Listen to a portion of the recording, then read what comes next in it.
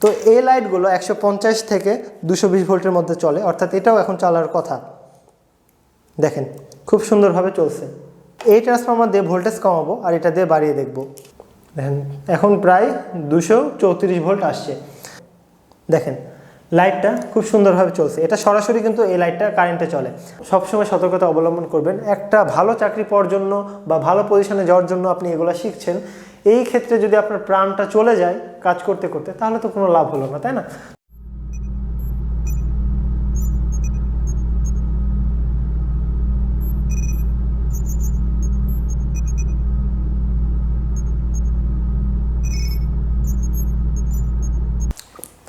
আজকের ভিডিওতে আমি আপনাদেরকে যে জিনিসটা শেখাতে যাচ্ছি, সচরাচর কেউ আপনাদেরকে এই জিনিসটা শেখাবে না।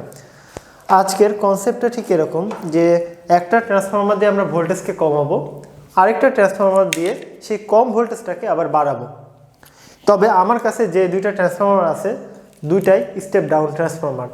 আমি এর আগে ট্রান্সফরমার নিয়ে ডিটেলসে আলোচনা করেছি। তবে আজকে যে কনসেপ্টটা সম্পূর্ণটা প্র্যাকটিক্যালে দেখাবো। তবে এই জিনিসটা সবার কাজে আসবে কিনা জানি না, তবে যারা ইন্ডাস্ট্রি লেভেলে যাবেন বা যাওয়ার ইচ্ছা আছে, তখন আপনারা বুঝতে পারবেন যে এই জিনিসটা কতটা হেল্প করে। কারণ বিভিন্ন ধরনের রিলে আছে বা বিভিন্ন ধরনের জিনিস আছে যেগুলো ভোল্টেজ আপ করে ওগুলো চালাইতে হয়, অর্থাৎ কম ভোল্টেজে চলে না। সেক্ষেত্রে একটা স্টেপ ডাউন ট্রান্সফরমারকে ঘুরিয়ে কানেকশন করে সেই জিনিসগুলো চালানো যায়। হোয়াইট বোর্ডে আমি কয়েকটা জিনিস লিখে রাখছি, এগুলা জিনিস দেখে ভয় পাওয়ার কিছু নাই। স্টেপ আপ ট্রান্সফরমার কি, যেটা ভোল্টেজ বাড়ায়, স্টেপ ডাউন হচ্ছে যেটা ভোল্টেজ কমায়। তো আমরা স্টেপ আপ এই জন্য লিখে রাখছি যে আমরা জাস্ট আজকে মূল থিম হচ্ছে ভোল্টেজটাকে বাড়িয়ে দেখা। আর আমি দুইটা ট্রান্সফরমার ব্যবহার করব, একটা হচ্ছে 12-0-12 ট্রান্সফরমার 1 অ্যাম্পিয়ার, আর একটা হচ্ছে 0-16 ট্রান্সফরমার। আপনার কাছে যে কোনো ট্রান্সফরমার আপনি ইউজ করতে পারেন, কোনো সমস্যা নাই। তবে আমার কাছে দুইটা আছে, এর জন্য আমি এই দুইটা দিয়ে প্র্যাকটিক্যালে করে দেখাবো। তো চলেন প্র্যাকটিক্যালটা করে দেখি। আমরা এখন এই মজার প্র্যাকটিক্যালটা করার জন্য দুইটা ট্রান্সফরমার ব্যবহার করব। এটার নাম হচ্ছে 0-16 ট্রান্সফরমার, আর এটা হচ্ছে 12-0-12 ট্রান্সফরমার। এটা 2 অ্যাম্পিয়ারের, এটা 1 অ্যাম্পিয়ারের। আর এটা হচ্ছে একটা ডিজিটাল মাল্টিমিটার, যেটার মাধ্যমে আমি ভোল্টেজটা মেপে দেখাবো। প্রথমে আমি পাওয়ার লাইনটা চেক করি, অর্থাৎ মাল্টিমিটারটা অন করব। মাল্টিমিটারটা অন করে এসি মোডে নিয়ে যাব, অর্থাৎ এখন এসি ভোল্টেজ আমি চেক করে দেখব। সেজন্য আমি এসি ভোল্টেজটা চেক করে দেখি। দেখেন আমার মাল্টিপ্লাগে এখন 236 ভোল্ট দেখাচ্ছে, ঠিক আছে, 236 ভোল্ট। এখন আমি যে কাজটা করব, এই ট্রান্সফরমারটা নিব, নেওয়ার পরে এটাতে লাইন দিব। এটাতে লাইন দিয়ে এই ট্রান্সফরমারের ভোল্টেজটা মেপে দেখব, অর্থাৎ এটার ভোল্টেজটা মেপে দেখি। দেখেন 16 ভোল্টেজ দেখাবে। আমি জিনিসটা একটু কাছে আনার চেষ্টা করি। দেখেন দেখেন প্রায় 16 ভোল্ট দেখাচ্ছে, ঠিক আছে। তো আমি আরেকটা ট্রান্সফরমার চেক করব। এটা খুলে ফেললাম। এখন এটার জ্যাক লাগিয়ে এটার ভোল্টেজটা আমি চেক করে দেখি। এবার পাওয়ার লাইন দিব, পাওয়ার লাইন দিলাম। এখন আমি ভোল্টেজটা জাস্ট চেক করে দেখি।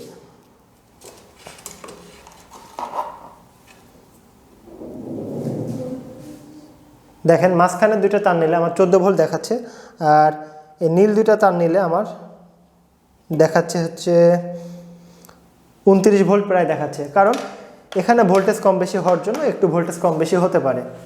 এখন চলেন মেন কাজটা করি। সেটার জন্য আমি যেটা করব, এই ট্রান্সফরমার দিয়ে ভোল্টেজ কমাবো আর এটা দিয়ে বাড়িয়ে দেখব। অর্থাৎ আমি কি করব, প্রথমে পাওয়ার লাইনটা অফ করব। পাওয়ার লাইনটা অফ করলাম। এখন মাল্টিপ্লাগটা লাগাইলাম। লাগানোর পরে দেখেন এই ট্রান্সফরমারের এখান থেকে আমি 12 ভোল্ট আউটপুট পাই। এখান থেকে যদি কারেন্টের লাইন দিই, তো আমি এই 12 ভোল্টের লাইনটা 16 ভোল্টের সাথে লাগিয়ে দেব।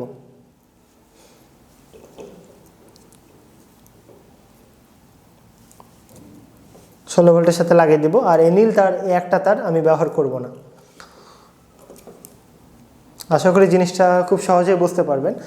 এটা এখন আমি এখান থেকে ভোল্টেজ পাওয়ার কথা, অর্থাৎ এখান থেকে আমার প্রায় 220 ভোল্টের উপরে আসার কথা। তো সেটা এখন মেপে দেখি। সাবধানতা অবলম্বন অবশ্যই করব। এখন মাল্টিপ্লাগের লাইনটা দিব, দিলাম। এখন দেখেন এই ভোল্টেজটা আমি মেপে দেখব। দেখেন প্রায় 233 ভোল্ট।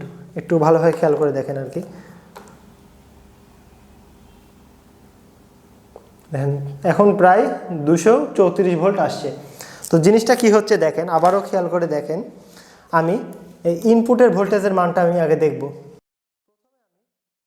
এই ট্রান্সফরমারের ভোল্টেজটা চেক করে দেখি, অর্থাৎ কত ভোল্ট এখান দিয়ে ঢুকছে সেটা চেক করে দেখি। খেয়াল করে দেখেন, সাবধানতা অবশ্যই অবলম্বন করতে হবে। 15 ভোল্ট ঢুকছে, ঠিক আছে। তো এখন 15 ভোল্টটাকে এই ট্রান্সফরমারটা ভোল্টেজটা বাড়িয়ে দিচ্ছে। এখন কত দিচ্ছে দেখেন,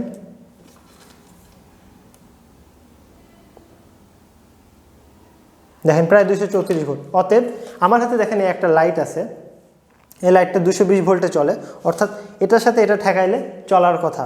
খুব সাবধানতা অবলম্বন করে আমি লাইটটা ঠেকাবো। দেখেন লাইটটা খুব সুন্দরভাবে চলছে। এটা সরাসরি কিন্তু এই লাইটটা কারেন্টে চলে। আমরা যে বাসা বাড়িতে ঘুমানোর সময় যে লাইটটা ব্যবহার করি, জিরো বাল্ব বা ডিম লাইট যাকে বলা হয় আর কি, দেখেন চলছে। এখন জিনিসটা আমি উল্টা করে দেব, অর্থাৎ আমি এটা অফ করে দিলাম, এই প্লাগটা খুলে ফেললাম। এখন আমি যে কাজটা করব, এই ট্রান্সফরমার দিয়ে ভোল্টেজ কমাবো আর এটা দিয়ে বাড়িয়ে দেখব, অর্থাৎ এটার সাথে এটা লাইন দেব। দেওয়ার পরে এখন এটা দিয়ে ভোল্টেজ মেপে দেখব। লাইন দিলাম, এখন দেখি কাজটা হচ্ছে কিনা। অর্থাৎ এখানে আমার কত ভোল্ট আসছে এটা আগে দেখে নিই। খেয়াল করে দেখেন 13 ভোল্ট আসছে, আর এই 13 ভোল্টটাকে এই ট্রান্সফরমার ভোল্টেজ আপ করে দিবে। এখন এই ভোল্টেজটা আমি মেপে দেখব। আসলে এটা মাপা একটু কষ্টকর, কারণ কখন ঠেকে যায়, হাতে ঠেকলে শর্ট করবে। দেখেন ভোল্টেজ কত দেখাচ্ছে, প্রায় 182 ভোল্ট। তো এই লাইটগুলো 150 থেকে 220 ভোল্টের মধ্যে চলে, অর্থাৎ এটাও এখন চলার কথা। দেখেন খুব সুন্দরভাবে চলছে, সরাসরি কারেন্ট পাচ্ছি।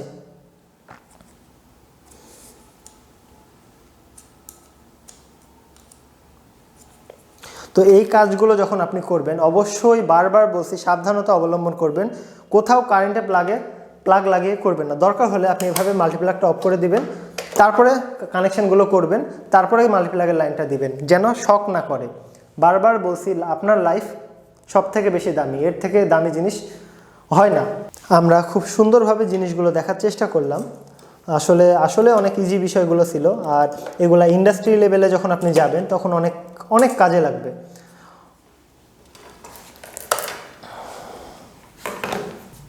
আমি খুব সুন্দরভাবে আপনাদেরকে প্র্যাকটিক্যালে ভোল্টেজটা কমিয়ে আবার আরেকটা ট্রান্সফরমার দিয়ে ভোল্টেজটা বাড়িয়ে দেখাইলাম। খুবই সহজভাবে দেখানোর চেষ্টা করলাম। আশা করি আপনার এই জিনিসটা বুঝতে আর কোথাও সমস্যা হবার কথা না। তো আমি এখানে একটা জিনিস লিখে রাখছি, ম্যাথামেটিক্যাল প্রুফ। অর্থাৎ জিনিসটা ঠিক এরকম ছিল, ধরেন এটা আমার কাছে একটা ট্রান্সফরমার, তো এটার এখানে হচ্ছে এসি লাইন, অর্থাৎ এসির সিম্বল হচ্ছে এটা, অর্থাৎ এটা হচ্ছে 230 ভোল্ট। এটা কোর, যদি হয় এটা 0-16 ট্রান্সফরমার, অর্থাৎ 0-16 ট্রান্সফরমার, তাহলে আমি এখানে ভোল্টেজ পাবো কত, 16 ভোল্ট। 16 volt AC. সব সময় মনে রাখবেন ট্রান্সফরমার এসিতে কাজ করে, ডিসিতে সে কাজ করবে না। তো এখানে যে ট্রান্সফরমারটা আছে সেটার দিকে খেয়াল করে দেখেন, এখানে 230 ভোল্ট এসি দিলে আমি এখানে 16 ভোল্ট এসি পাচ্ছি। অর্থাৎ ট্রান্সফরমারের বৈশিষ্ট্য হচ্ছে এখানে যদি আমি 16 ভোল্ট দিই তাহলে এখানে পাবো 230 ভোল্ট। অর্থাৎ এটা হচ্ছে প্রাইমারি অংশ ছিল, এটা সেকেন্ডারি অংশ। এখন আমি লিখতে পারি যে সেকেন্ডারিতে 16 ভোল্ট এসি দিলে পিতে বা প্রাইমারিতে পাবো কত, 230 ভোল্ট এসি। এই জিনিসটা আমি এর আগের একটা ভিডিওতে আপনাদেরকে ডিটেলসে ব্যাখ্যা করেছিলাম। তাহলে এসতে 1 ভোল্ট এসি দিলে প্রাইমারিতে পাবো 230 ভোল্ট ভাগ কত, নিশ্চয়ই 16 ভোল্ট। 16 volt AC.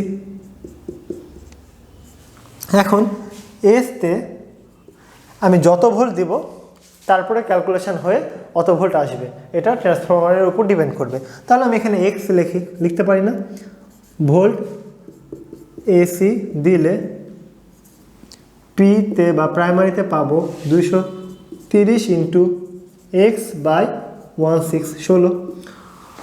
এটা ক্যালকুলেশন করলেই আমার উত্তরটা বেরিয়ে আসবে। অর্থাৎ এক্স মানে হচ্ছে আমি যত ভোল্ট দিব এই সেকেন্ডারিতে সেই অনুপাতে পাবো। এখন আমি যদি বলি যে এক্সের মান 1 বা 1 ভোল্ট দিলে কত পাবো, অর্থাৎ এক্সের জায়গাতে 1 বসাবো, দিয়ে ক্যালকুলেশন করব।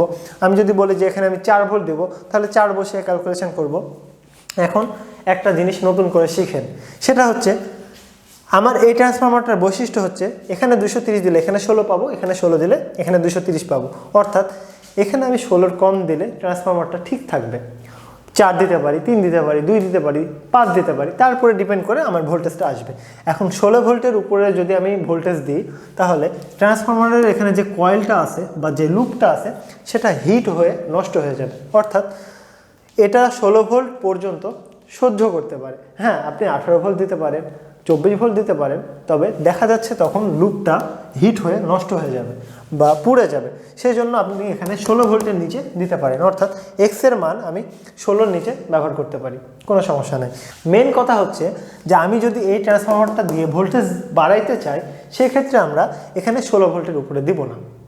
16 ভোল্ট বেস্ট, 14, 13, 2, 3, 4 যাই দেন না কেন, তার উপরে ডিপেন্ড করে আপনি এখানে ভোল্টেজটা পাবেন।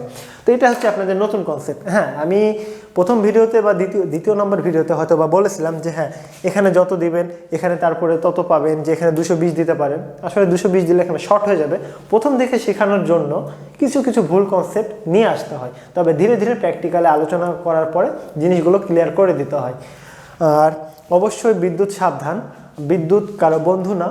তো সবসময় সতর্কতা অবলম্বন করবেন। একটা ভালো চাকরি পাওয়ার জন্য বা ভালো পজিশনে যাওয়ার জন্য আপনি এগুলো শিখছেন, এই ক্ষেত্রে যদি আপনার প্রাণটা চলে যায় কাজ করতে করতে, তাহলে তো কোনো লাভ হলো না, তাই না? তো সবসময় সাবধানতা অবলম্বন করবেন, এটা আমার একটা রিকোয়েস্ট থাকবে।